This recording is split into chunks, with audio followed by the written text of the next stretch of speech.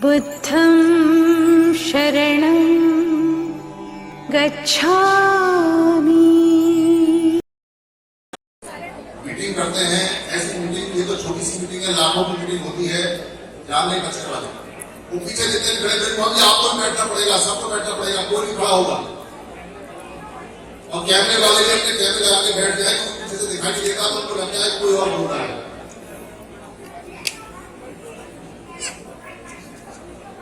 नहीं, वीडियो जो बनाएगा बैठ के बनाएगा, वीडियो क्या बनाएगी, वीडियो तो बहुत बड़ी है, 12 वीडियो पड़ी है, वहां तक पैसे अच्छा है, मसला छपेगा है, वीडियो बनाने के बाद नहीं, जो चल रहे हैं वो बैठ जाए। जो पीछे जो खड़े हैं बिल्कुल पिंडो साइलेंट। संघ की सभाएं जो होती थी वो तो बुद्ध से पहले इतनी शांत होती थी जिसका कोई जवाब नहीं। उसी का परिचय हमें देना है कि शांत सभाएं हमारी होनी चाहिए पूरी तरह से। योगेंद्र सर आप भी कुर्सी ले लो, योगेंद्र सर आप भी कुर्सी ले लो, सर कोई नहीं खड़ा होगा, सारे बैठेंगे। अभिषेक सर आप भी बैठ जाइए सर। और पीछे जो महिलाएं, बहुत अगर किसी को बाथरूम वगैरह जाना हो उठ के जा सकता है शांति से, बाकी सब बैठे। कोई परेशानी हो तो भैया डॉक्टर बहुत सारे बड़े बड़े डॉक्टर हैं आपके बीच में, IAS IPS डॉक्टर पता नहीं कौन कौन बैठे हैं। ये संघ बहुत बड़ा है, किसी को कुछ नहीं पता कि यहाँ कौन बैठे हैं, मगर सब आपका पूरा संघ बैठा हुआ है, सारे बैठ जाए।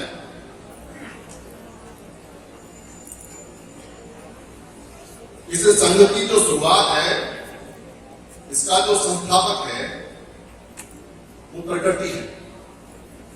कोई व्यक्ति अगर ये दावा करता है कि वो संघ का संस्थापक है, व्यक्ति की बात छोड़ो, कोई राजा अगर ये कहता है, अशोक जैसा सम्राट, कि संघ उसने बनाया है, तो भी बेकार होता है। अगर बुद्ध भी ये कहते हैं कि संघ उन्होंने इजाद किया है, उन्होंने डिस्कवर किया है, उन्होंने बनाया है, उन्होंने क्रिएट किया है, ये भी गलत बात है। बुद्ध ने भिक्षु संकेत और उपासक संघ और उपासिका जो हमें इनके नियम लिखित में या मौखिक में जो दिए, वो नियम उनसे जरूर आए, पर संघ पहले से।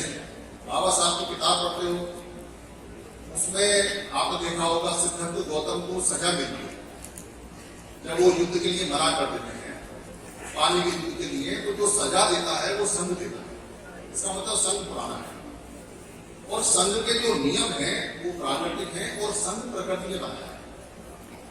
संघ प्रकृति ने इसलिए बनाया है क्योंकि जितने भी जानवर हैं पूरी दुनिया में, जितनी मधुमक्खियां हैं, जितनी मक्खियां हैं, जितनी मछलियां हैं, जितने पक्षी हैं, जितने शेरों के झुंड हैं, जितने हिरणों के झुंड हैं, जितने जानवरों के झुंड हैं और जितने मानव के झुंड हैं, क्योंकि मानव भी पहले झुंडों में रहता था, आदि मानव, वो प्रकृति से सीखा है।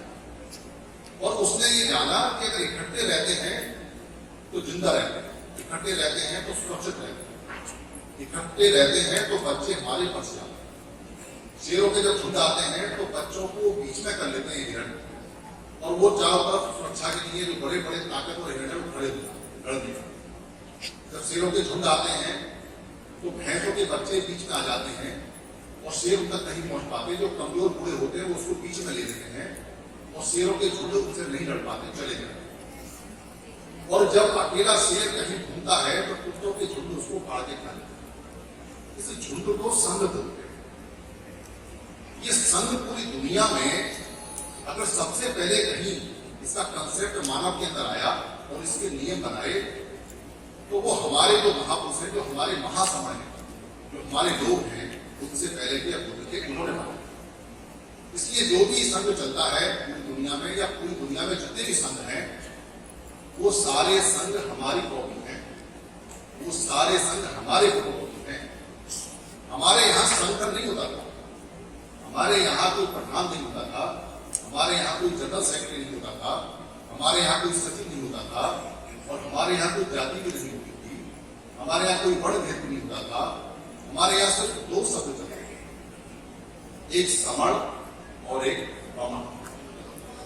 ये समण लोग होते, जैसे आज आप सारे यहाँ बैठे अपने आप को भारतीय बोलते हैं, तो भारतीय से पहले हमारी पहचान क्या है कोई नहीं बता सकता इतिहासकार, क्योंकि आपकी वो पहचान गुम कर दी गई, खत्म कर दी गई। आपको पता ही नहीं है कि आपकी जो राष्ट्रीय पहचान है वो क्या थी। भारत सब तो तब का है जब बुद्ध ने इसके अंदर आभा भरी और ये आभा में रथ हुआ। जब पूरा ये क्षेत्र आभा में रथ हो गया तो आभा रथ को भारत बोलते हैं, तो ये भारत बना। पर भारत से पहले क्या बोलते थे? ऐसा नहीं हो सकता कि सम्राट प्रियदर्शी अशोक महान के जब पूरा का पूरा उन्होंने सारी की सारी हमारा सबसे बड़ा क्षेत्र बनाया जिसको महाभारत बोलते थे, इसमें नेपाल आता है, इसके अंदर बर्मा आता है, इसके अंदर ईरान का क्षेत्र आता है, अफगानिस्तान आता है, बांग्लादेश आता है, पाकिस्तान आता है, श्रीलंका आता है। इतने बड़े क्षेत्र का जो प्रियदर्शी सम्राट धम्मचक्र बंधु, धम्मचक्र मतलब धम्म का चक्र दिखाते थे, सम्राट अशोक अगर थे तो हम अपने आप को क्या बोलते थे?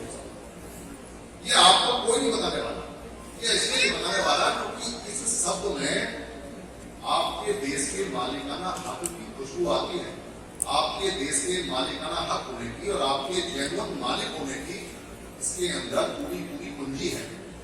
क्योंकि जब आप ये कहते हो कि हमारी पहचान उस समय क्या थी, तो हर चीज खत्म हो जाती है। आपकी जाति खत्म हो जाती है क्योंकि जाति उस समय थी नहीं, आपका भेद खत्म हो जाता है क्योंकि भेद खत्म उस समय था नहीं। और आपको अचानक याद आता है जब आप हमारे होनहार इतिहासकार जो अमेंदर जी ने खोज की 6 में लगातार लगते हैं, वो बताते हैं कि यहाँ 7 प्रकार के समूह हुआ करते थे जो मैगजीन्स में इंडिका बुक में लिखे हुए और नेट पर अवेलेबल थे। इसलिए समर शब्द को कोई नहीं बताता। और हमारे जितने भी संगठन चलाने वाले लोग हैं और जितने भी ऐसे लोग हैं जो समाज में काम कर रहे हैं, वो समर नाम से खबरा जाता है। पर इतना महान समर शब्द गया कहाँ? क्योंकि शब्द बदले गए हैं या बिगाड़े गए हैं। जो बिगाड़ा गया है, जो बदला गया है, आपने देखा होगा हमारे जो इतिहासकार हैं वो कहते हैं कि 2 तरह की संस्कृति होती है। संस्कृति का 2 तरह के लोग हैं। वो कहते हैं एक होते हैं ब्राह्मण और एक होते हैं श्रीमंत। ये जो ब्राह्मण शब्द है आपको पूरे भारत में मिलेगा। आप केरल में चले जाओगे आपको केरल का ब्राह्मण मिलेगा, आप तमिलनाडु में जाओगे तमिलनाडु का ब्राह्मण मिलेगा, आप इधर बिहार जाओगे बिहार का ब्राह्मण मिलेगा। उनकी भाषाएं अलग है पर वो अपने आप को ब्राह्मण बोलते हैं, ब्राह्मण बोलते हैं। तो जब ब्राह्मण आपको मिलता है तो समण कहाँ गया? क्योंकि अगर ब्राह्मण है बामण है तो समण भी होगा। 135 करोड़ लोगों में से अगर चंद लोग ब्राह्मण हैं तो बाकी लोग समण हैं, वो कहाँ गए? उनकी पहचान कहाँ गई? ये 120 करोड़ से ज्यादा लोग जो एक साथ एक परिवार के हैं, इनका वो शब्द कहाँ गया? वो शब्द गया नहीं, वो आपकी आंखों के सामने बदल दिया। कह दिया आप सारे लोग श्रवण हैं। और क्या कह दिया?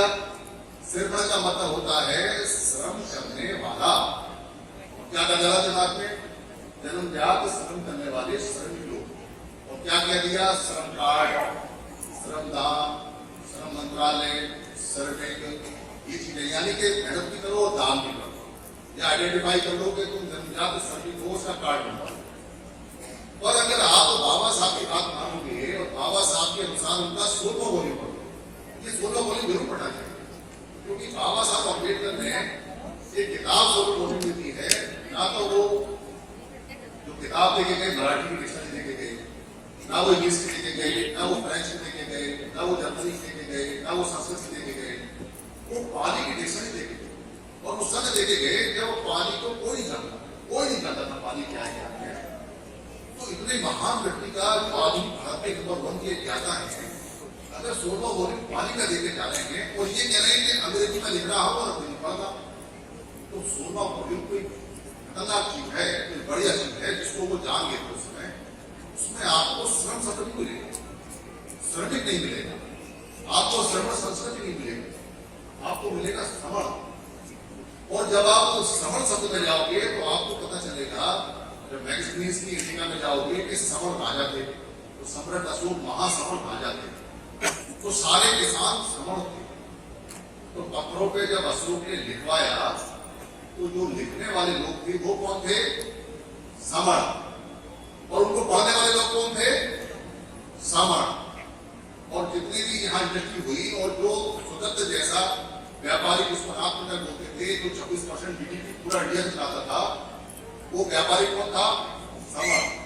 और व्यापारी की जो औद्योगिक इकाई थी जिसमें धनुष, तीर कमान, गाड़ी, रथ, कपड़ा, रेशम वगैरह शामिल होता था, इसको बनाने वाले मैन्युफैक्चरर कौन थे? इंडस्ट्रीज कौन थे?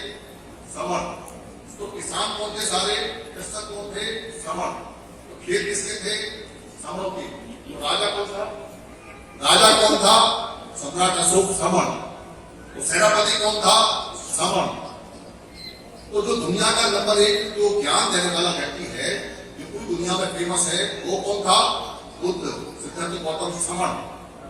ये समण ही समण सारे बड़े बड़े हैं और सारा काम हमारा है, सब कुछ हमारा है। तो अगर आपको पता चल गया कि आप समण हो तो मालिक का नाम दोबारा से वापस आ जाएगा।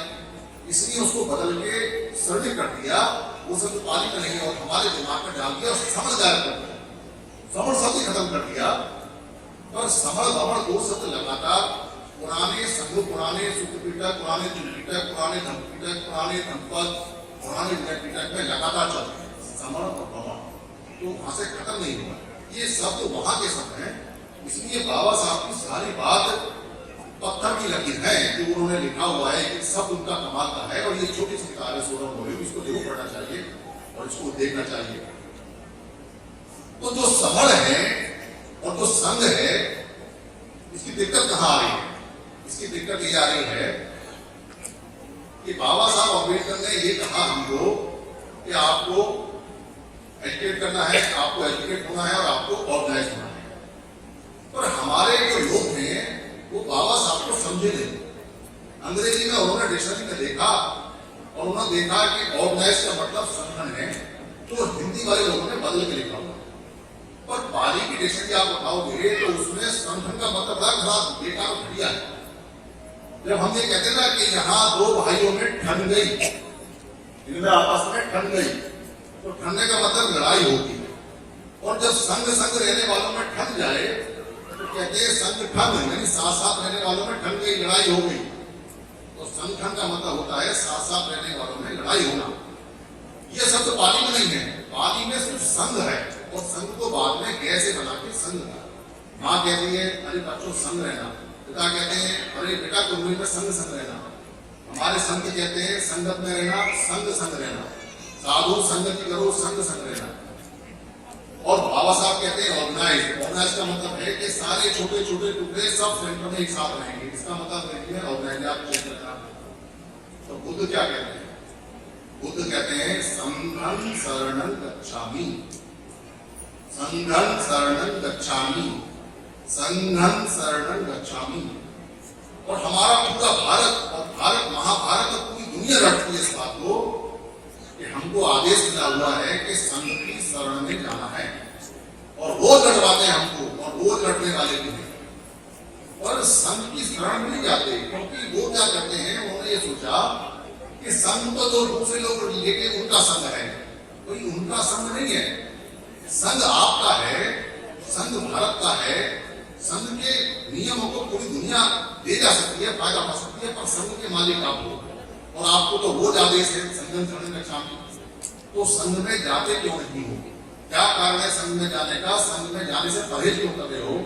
क्या दिक्कत है? तो इस बात को बहुत सारे विद्वानों ने जाना और समझा। बहुत सारे विद्वान हैं इस संघ के पीछे। मैं तो सिर्फ एक आवाज आपको सुना रहा हूँ जो भी है, पर इसके पीछे बहुत पुराने पुराने विद्वान हैं। साहब काशीराम जी के समय के बहुत लोग लगे पड़े हैं, उन्होंने संघ की परिकल्पना को पूरी तरह से ठोक बजा के देखा हुआ है और बहुत सारे लोग लगे पड़े इसके अंदर। तो ये पाया कि जिन लोगों का संगठन था वो संगठन का कंसेप्ट हमने ले लिया, हमें दे दिया, और जो हमारा संघ का कंसेप्ट था वो लोग लेके चले गए। तो संगठन का जो कंसेप्ट है उसको समझ लो क्या है। अगर उसको समझ लोगे तो जिंदगी में संगठन ही बनाओगे। संगठन का मतलब तो संघ संघ जैकेट में ढंकी हुई है। संगठन का जो स्ट्रक्चर है वो व्यक्तिवाद पर है, वो प्रधानवाद पर है, वो जनरल सेक्रेटरी बात पर है, वो नेतावाद पर है, वो एकलवाद पर है, वो संगठनवाद पर है। उसके अंदर जब स्ट्रक्चर बनता है तो सबसे पहले कुछ मालिक बनते हैं, उनका मालिकाना हक होता है, वो रजिस्ट्री कराते हैं रजिस्ट्रार ऑफिस में जाके, वहाँ कैशियर वगैरह होते हैं और वो पूरा डिसीजन देते हैं। उसमें आपकी जरूरत नहीं है, उसमें मेरी जरूरत नहीं है। किसी भी संगठन में कभी भी कोई आदमी वोटिंग नहीं कराता, ना ही पूछता है कि मुझे क्या करना है क्या नहीं करना है। ये मनुस्मृति का स्ट्रक्चर है। मनुस्मृति कहती है कि एक राजा होगा, उसके हाथ में सब कुछ होगा, एक उसका सेनापति होगा, तो राजा के कहने पर प्रजा की गर्दन काट देगा और प्रजा दरवाजे पे खड़ी खड़ी खड़ी खड़ी फरियाद करती है। राजा की मर्जी, राजा खुश हो गया तो गले का हार उतार के दे दे और राजा नाराज हो गया तो हाथों से कुछ लगा दे। उसमें प्रजा की सुनवाई नहीं है। ये सिस्टम भारत का सिस्टम नहीं है। अगर ये सिस्टम भारत का होता तो सिद्धार्थ गौतम के जो पिताजी हैं सुद्धोधन, उनके यहाँ 1000 हल चला करते थे, इतनी जमीन भी उनके पास, और उनके बेटे को सजा हो गई, वो तो क्या से क्या करते थे। और संघ सुप्रीम होता है, संघ सबसे बड़ा होता है, संघ सर्वोपरि होता है, इसलिए सजा लेनी पड़ी सिद्धार्थ गौतम को, और सजा की माफी नहीं, सुद्धोधन भी कुछ नहीं कर पाए, जबकि राजा पसंदीप उनके दोस्त थे, फिर भी संघ के आगे नतमस्तक होना पड़ा, जाना पड़ा। तो ये संघ की ताकत होती है। पर संगठन में तो जो राजा ने कह दिया, जो प्रधान ने कह दिया, जो अध्यक्ष ने कह दिया, जो उसके मालिक ने कह दिया, बस बात खत्म हो गई। तो यहाँ बाबा साहब की बात को समझकर सब लोगों ने बड़े अच्छे के लिए, ऐसा नहीं है कि उनका मन अच्छा नहीं है, ऐसा नहीं है कि वो काम नहीं करना चाहते, ऐसा नहीं है कि वो हमारा वेलफेयर नहीं करना चाहते, पर उन्होंने मन इस प्रति का स्ट्रक्चर उठाया, और वो आसान स्ट्रक्चर था, क्योंकि संघ में सबकी बात सुननी पड़ती है, सारा डिसीजन कंबाइंड होता है, पर संगठन में तो एक लोग डिसाइड कर लेते हैं। तो वो जो उन्होंने स्ट्रक्चर उठाया, और स्ट्रक्चर उठा के जो संगठन बनाया, उस संगठन का नाम ही है कि संघ का होना है, वो टूटने हैं। उनकी नियत ये है कि वो हमेशा टूटेंगे, वो हमेशा टूटने के लिए बने हैं, ये उनका अंतिम रिजल्ट है। क्योंकि संघ के अंदर बहुत सारी चीजें नहीं होती, और संगठन में वो सारी चीज होती है। जैसे संघ कभी भी चंदा नहीं लेगा, ना संघ ने पहले कभी चंदा लिया, ना कभी अब लेगा, जीवन में पब्लिक से चंदा नहीं लेगा। तो काम कैसे करेगा? सब लोग पहले आते थे, ऐसे ही नीचे बैठते थे, अपना अपना खाना लेके आते थे, जो समस्या है वो भूली जाती थी। एक आदमी को वो चुन लेते थे कि भाई एक आदमी सिर्फ जैसे आज एंकर है कि मीटिंग चलाएगा, वो मीटिंग चलाता था, आज आप बोलो आपका क्या है, आप बोलो क्या, ये सारे नियम उन्होंने लिखे हुए हैं।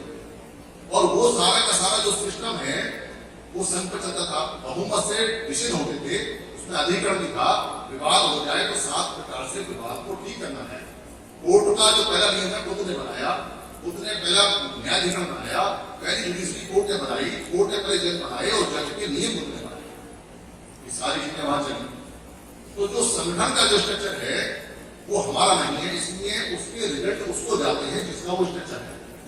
यानी संगठन का जो परिणाम आएगा वो हमेशा मनुस्मृति के फेवर में जाएगा, हमेशा मनुस्मृति जीतेगी जब भी संगठन में काम होगा, और जब भी संगठन। यही कारण है कि 70 साल में 29 लाख संगठन बने, और बाबा साहब ने जितने भी अधिकार लेकर आए थे वो सारे चले गए, और वो रुक नहीं सकते।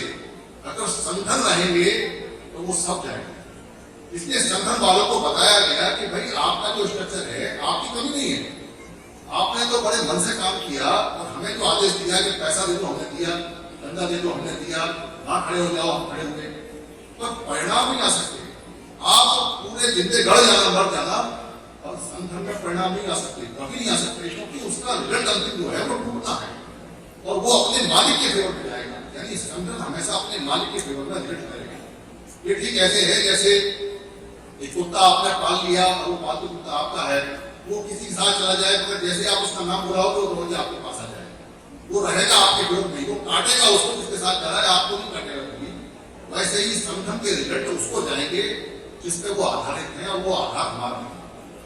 और संघ के रिजल्ट जब भी है वो हमारे फेवर में है, वो हमारे फेवर में जाएंगे। संघ हमेशा हमारे फायदे के लिए काम करेगा, क्योंकि संघ हमारा मूल स्ट्रक्चर है, और संघ हमारी जान है। इसलिए संघ के अंदर कभी भी चंदा नहीं लिया जाता, पर संगठन बिना चंदा के चल नहीं सकता।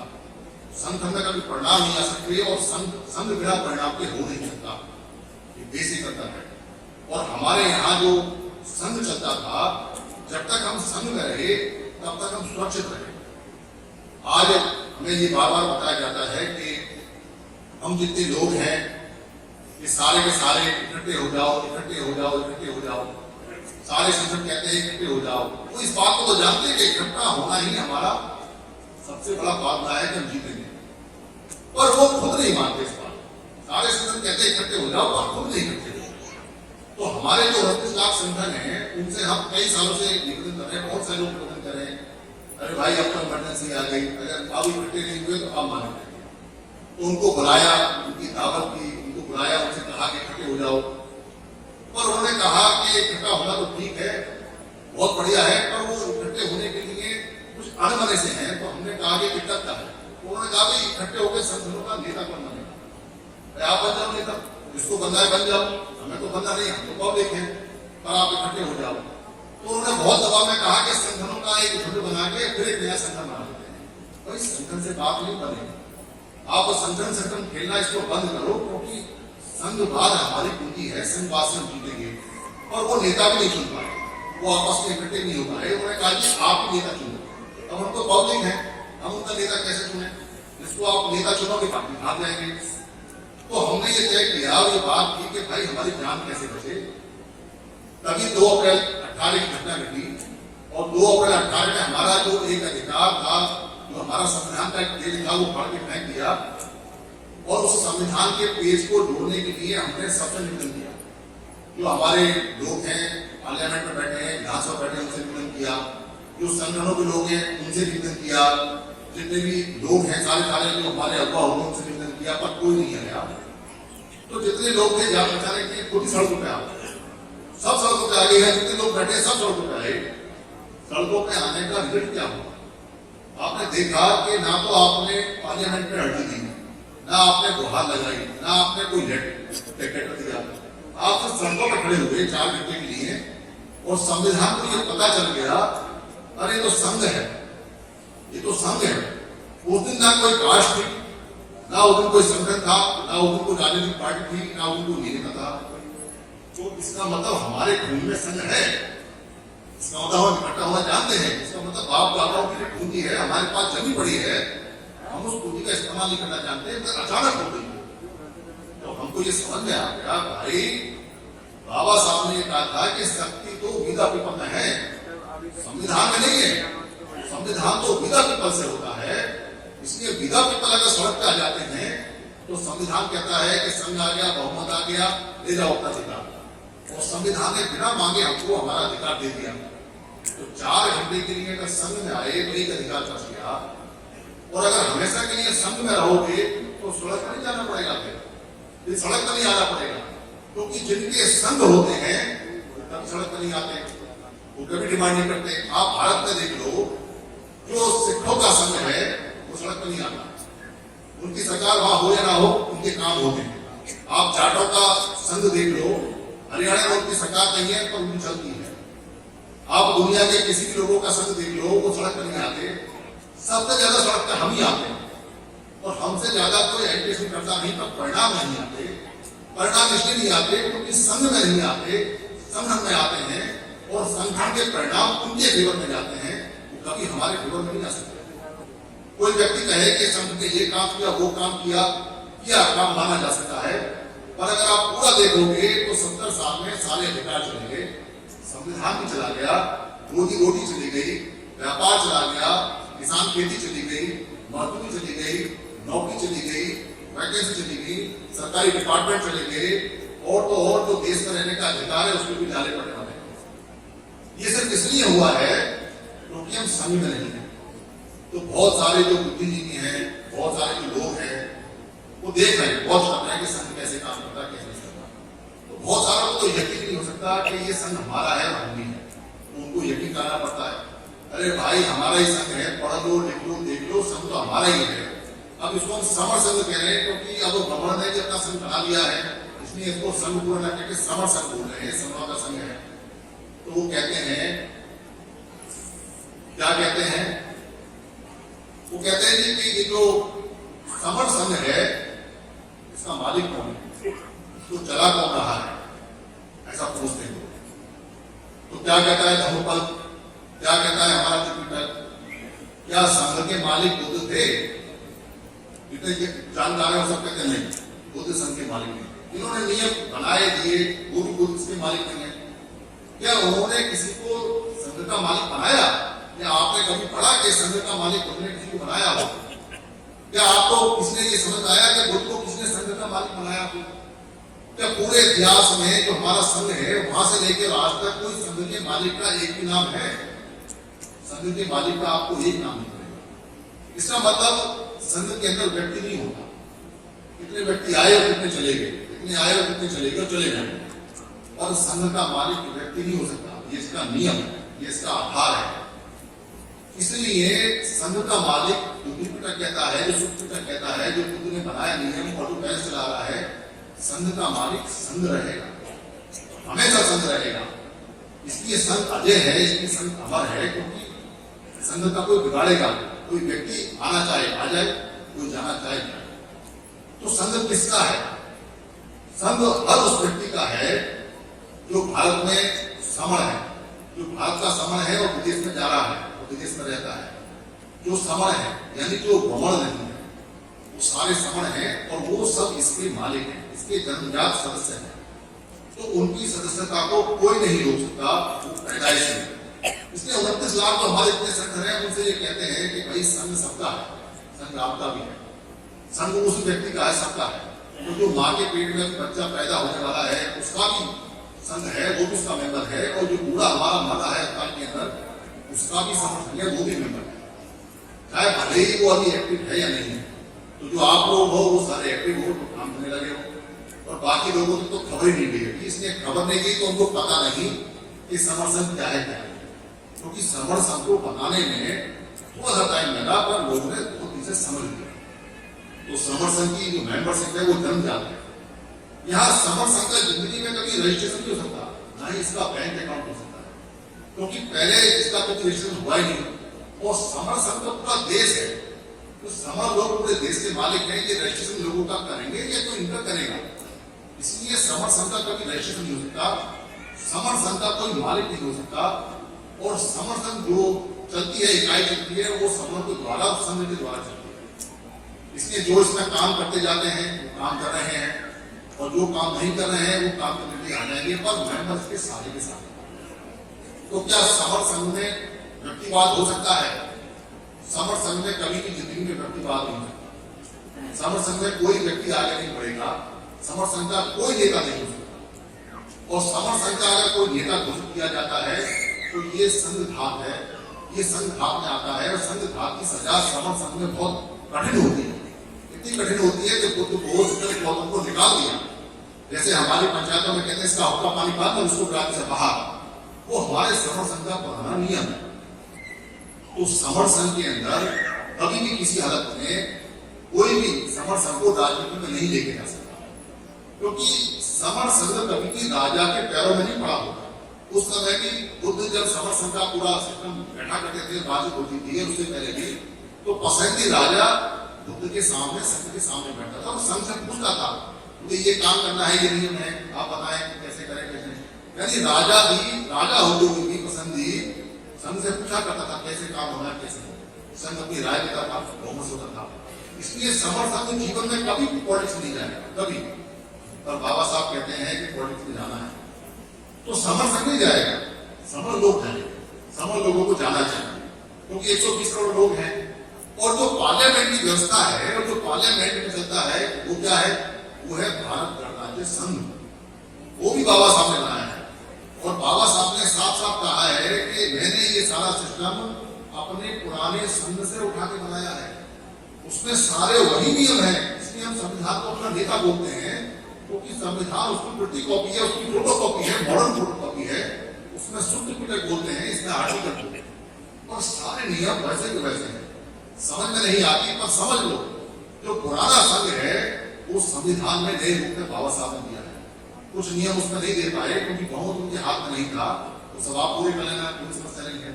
पर भारत गणराज्य संघ का जो संविधान है वो संघवाद का आधारित है, और वो समर संघों का ही संविधान है। इसलिए उस संविधान को बहुत सारे लोग विसंविधान में बदलने की कोशिश कर सकते हैं, कर रहे हैं। संविधान का मतलब है जो धारण किया है समता के साथ विधान, और विसंविधान का मतलब है जिसमें विष भरा हुआ है और जो असमानता पे आधारित है। तो वो जो नियम थे सारे वो संविधान से उठा के सारे नियम से उठा के संविधान डाले, इसलिए हम संविधान को अपना नेता बोलते हैं। और इसीलिए हम ये कहते हैं कि जो संघवाद है, भारत गणराज्य संघवाद है, और जो पुराना संघवाद है वो एक संघवाद है, इसलिए दोनों में कोई अंतर नहीं है। पर इस संघवाद को कायम करने के लिए, मेंटेन करने के लिए, रखने के लिए संघ होना चाहिए। अगर संघ नहीं है तो संघवाद वीक पड़ जाएगा, कमजोर पड़ जाएगा। तो संघ कहाँ है? 29 लाख संघ तो है, पर संघ कहाँ है? संघ दिखाई नहीं दे रहा है। संघ हमारे खून में है, पर संघ सामने नहीं आता है। तो आज आप यकीन से कह सकते हैं इसका फोटो खींचना, इसका खींचना कि आज हम समर संघी, कल तो बहुत पैसा है, पर आज हम समर संघी हैं, हम समर संघ में हैं। संघ हमारा है, हम भारतीय हैं, हमारा भारत है, हमारा संघ है, हमारा समर संघ है। ये बात बड़े दावे के साथ आप कह सकते हैं, क्योंकि समर संघ की मीटिंग पूरे देश में विदेश में लगातार बढ़ती जाती है, लगती जाती है। क्योंकि जब जब हमारी नस्लों पे खतरा आया है, जब जब हमारे एक्सटेंस पे, जब जब हमारे बच्चों की गर्दन पे तलवार आई है, जब जब हमारी रोटी रोटी छिनी है, जब जब हमको एक साइड में करने की कोशिश की है, हमको संघ ने बचाया है। संघ नहीं बचा सकता, संघ ने बचाया है। संघ आपको हमेशा मारेगा, पर जीतेंगे वही जिनका संघ होगा। 10 मार्च को जो परिणाम आया चुनाव का, उसमें लोगों ने बहुत सारी बात कही, ऐसे हारे वैसे हारे, ऐसे हुआ वैसे हुआ, समण हारे समण नहीं हुआ, समण साथ नहीं हुआ। पर किसी ने ये नहीं सोचा, अरे वो जो समण वमण का है भैया, उनका संघ है, तुम रोज चुनाव करा लो। जिनके पास संघ होता है वो रोज जीतेंगे, वो रोज जीतते हैं। और जिनके पास संघ नहीं होता, जिनके पास संगठन होते हैं, 29 लाख रुपए हो, वो तो रोज हारेंगे, वो तो हारे पड़ेंगे, वो तो हारे हुए लोग हैं। तो संघ में आओगे तो चुनाव में नहीं पड़ेगी, संघ में आओगे तो संविधान अपने आप आपको इसका पहुंचा देगा। तो लोग कहते कैसे पहुंचा देगा? अरे भैया 2 अप्रैल 18 को तो चुनाव लड़ा आपने, 2 अप्रैल 18 को क्या आपने कहीं भाषण दिया? 2 अप्रैल 18 को क्या आप किसी नेता के पीछे गए? या 2 अप्रैल 18 को आपकी कोई समर पार्टी ने अपनी से लगाई? आप संघ में थे, संविधान आपने खड़ा आया और आपको अपना अधिकार देके गया। तो कहते हैं कि नहीं ये बात जमी है, वो तो इत्तेफाक से हो गया था, ऐसे नहीं। चलो भाई दूसरा उदाहरण ले लेते हैं। तो जो ये किसानों की जो 3 बात थी, जो 3 उनके नियम आए, भाई वो किसानों को पसंद नहीं आए। तो जब तक वो 32 संगठनों में थे, सरकार ने उनकी बात नहीं सुनी। और जैसे ही 32 संगठन एक साथ संघ में बदल गए और एक साथ में लड़े, वहां कोई राजनेता नहीं आया, कोई पार्टी नहीं आई, कोई वहां पे धर्म नहीं आया, वो इकट्ठे हो गए, संघ हो गया। संविधान को पता चल गया माननी पड़ेगी, माननी पड़ेगी, और अनुमति की बात मानी गई। संघ में इतनी ताकत होती है कि आप सिर्फ इकट्ठे रहिए, संघ में आपकी हर बात संविधान मानेगा। आप व्यक्ति के पीछे न जाइए कि व्यक्ति मानेगा नहीं मानेगा, संविधान मानेगा। संविधान को मानना पड़ेगा, क्योंकि आपके बाबा साहब ने जब संविधान लिखा और उसमें सब लोगों को, बाबा साहब अकेले थे, बाकी लोगों को कन्विंस किया और संविधान में बाकी लोगों का बहुमत दिया, तो ये बात पास कराई कि जिसकी जितनी संख्या भारी, संविधान में उसकी उतनी हिस्सेदारी। इसको बोलते हैं विदापी। संविधान को आप बदल सकते हो, विदापी पर बदल सकते हैं, बहुमत से बदल सकते हैं, संघ बदल सकता है। संविधान में बहुत सारे लोग कहते हैं ये नियम चलेंगे, कोई डरने की बात नहीं, चलेंगे। जब बहुमत से वो नियम बदल सकते हैं तो बहुमत से वो नियम आ भी सकते हैं। अगर आप इकट्ठे रहोगे, संघ में रहोगे तो आ जाएंगे, और आप संघ में नहीं रहोगे तो जो कुछ नियम बचे वो भी चले जाएंगे। क्योंकि ये तो लड़ाई है, अधिकार किसको मिले किसको नहीं मिले, ये संविधान कहता है कि जो संख्या में भारी है उनकी बात मानी जाएगी।